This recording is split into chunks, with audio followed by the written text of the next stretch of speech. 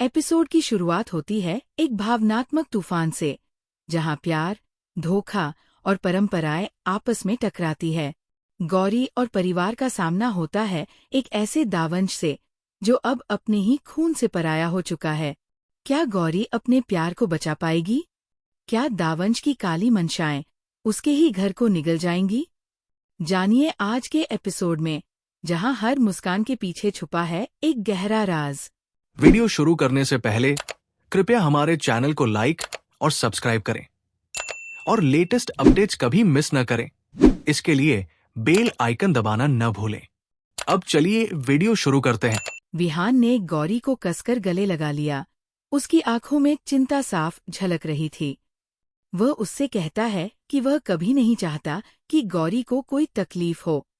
जब गौरी उस पर केसर से शादी की योजना बनाने का आरोप लगाती है, तो विहान उसे छेड़ता है कि क्या वो जल रही है। फिर वो खुलासा करता है कि केसर तो पहले से ही दवांश की पत्नी है। गौरी गुस्से में आकर उसे धोखेबाज कहती है।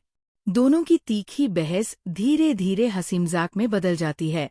तभी रश्मि आकर ऐलान करती है, दावंश वापस आ गया है।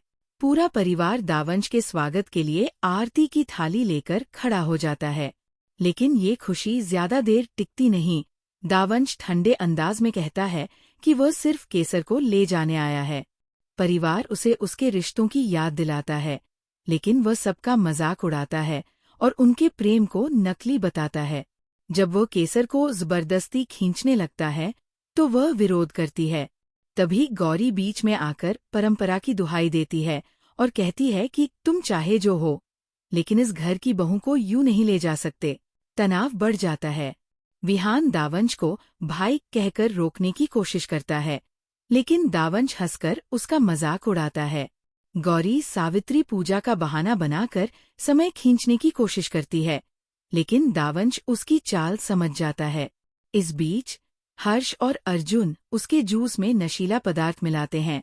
उम्मीद करते हैं कि वह बेहोश हो जाएगा, लेकिन दावंश को शक हो जाता है और वह जूस पीने से मना कर देता है।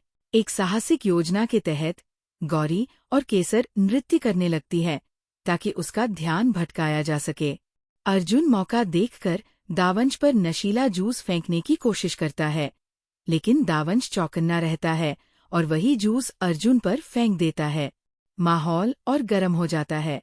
गौरी एक बार फिर अपनी शायरी से दावंश को शांत करने की कोशिश करती है ताकि पूजा शुरू हो सके।